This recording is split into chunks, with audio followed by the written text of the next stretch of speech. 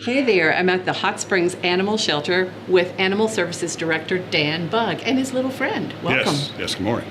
Glad to be here. That's a little bit that you've got there. This is a little puppy. It's one of a litter of, I believe, 5 more pups. That mom's a dachshund. We don't know what dad is, so we have to assume he's a traveling salesman. But these little puppies, along with many others, they're here awaiting places to be.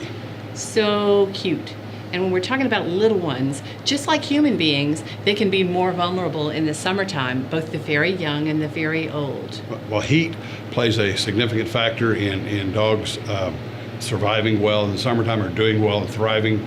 Generally, you'd think as winter as being a harsh season, actually dogs do put on a little more weight because it's not so hot. Their appetite stays up. In the summer, a dog's appetite does drop off when the temperature does rise up a little bit, just like your and my appetite will drop off when we're overheated. It's important to keep fresh water out for your dog. A lot of folks think if they put water out Monday and there's still water out Wednesday, then that's fresh water. It really doesn't fall that way. If the ambient temperature outside is 98 degrees, then that's the temperature of the water the dog's drinking. So you need to refresh your dog's water a couple times a day. Make sure they have plenty of shelter or shade and can get out of the sun. And since this is a summertime pet segment, what about pets and cars? Pets and cars, we get a lot of calls on those during the summer season, typically with tourists coming to town and shopping or going and doing activities, and they brought their dog with them, and they don't know what else to do, so they leave the dog locked in the car. We get calls out at Magic Springs downtown, at some of our shopping centers here in town. And the most important thing people need to know, there are doggy daycares in town. You can look them up in the phone book and the yellow pages, or you can just give us a call and we'll give you a couple of reference numbers that someone will watch and take care of your dog during the day while you're here enjoying yourself and having fun. That way, when all the fun's over, you can load the dog up and head back to where you need to be, and nothing has changed significantly. That is great advice.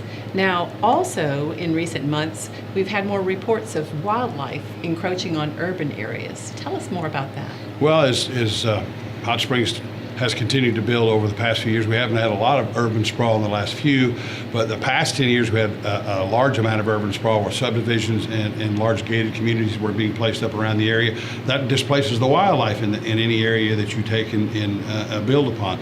So we're having more adventures with deer being in the wrong place, bears. We had a bear call the other night downtown.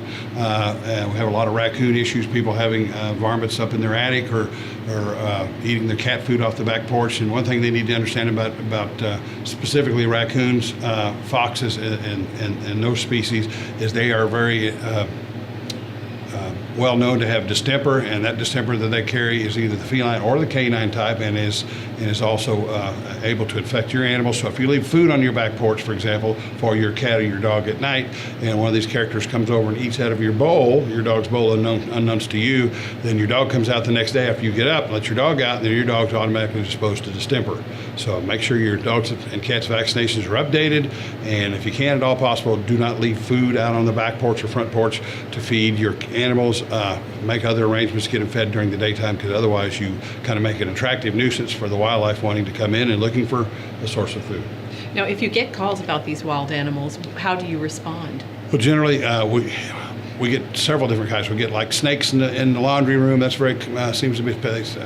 We get them coming in through dryer vents on houses. So a wildlife animal has to be actually have encroached inside the house, inside the living space, before we'll respond. If it's just I saw a raccoon in my backyard, yes, and there's probably more raccoons in town than there are people.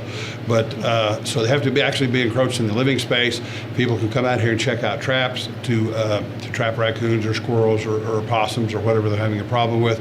There's a deposit required. However, we'll show you how to set the traps, give you a list of the baits to use, and so on and so forth. There are private companies here in town that will come and do varmint removal for you, but we want to offer you at least a trap and some knowledge on how to resolve the problem yourself. But if it's inside the living space, we will respond and try and remove the animal. Okay, well, it looks like we've put this little fellow to sleep, and we're almost out of time, but let's touch on another issue with animals, rabies. What's the update for the community? Well, the last few years, Garland County's been pretty heavily inundated with positive responses from the state vet lab when we submit rabies vectors. This year we've been continuing to submit the same level and number and volume of vectors, but we've been very fortunate to have very few positives come back. If you look at the state rabies map, which is available at www.healthyarkansas.org, and it's updated every time there's another positive in the state. all of our rabies activity seems to be occurring now east of us in Pulaski County, Lonoke County, and they're experiencing really high levels of positives in their rabies vector family. And also Yell County, which is a little west of us, has had a spike up this year. So vaccinating a lot of pets here in the last few years, making that an emphasis on what we talk about. I think people have gotten the message, and we probably are going to have fewer and fewer positives in domestic wildlife statewide. That's definitely good news locally for us in Hot Springs. Well, thanks for the update. That's all the time we have today. But please feel free to visit Dan Bug and his very professional and friendly staff here at Animal Services on Davidson Drive, right off of Shady Grove Road. That's all we have for today, and next week we'll bring you more city news.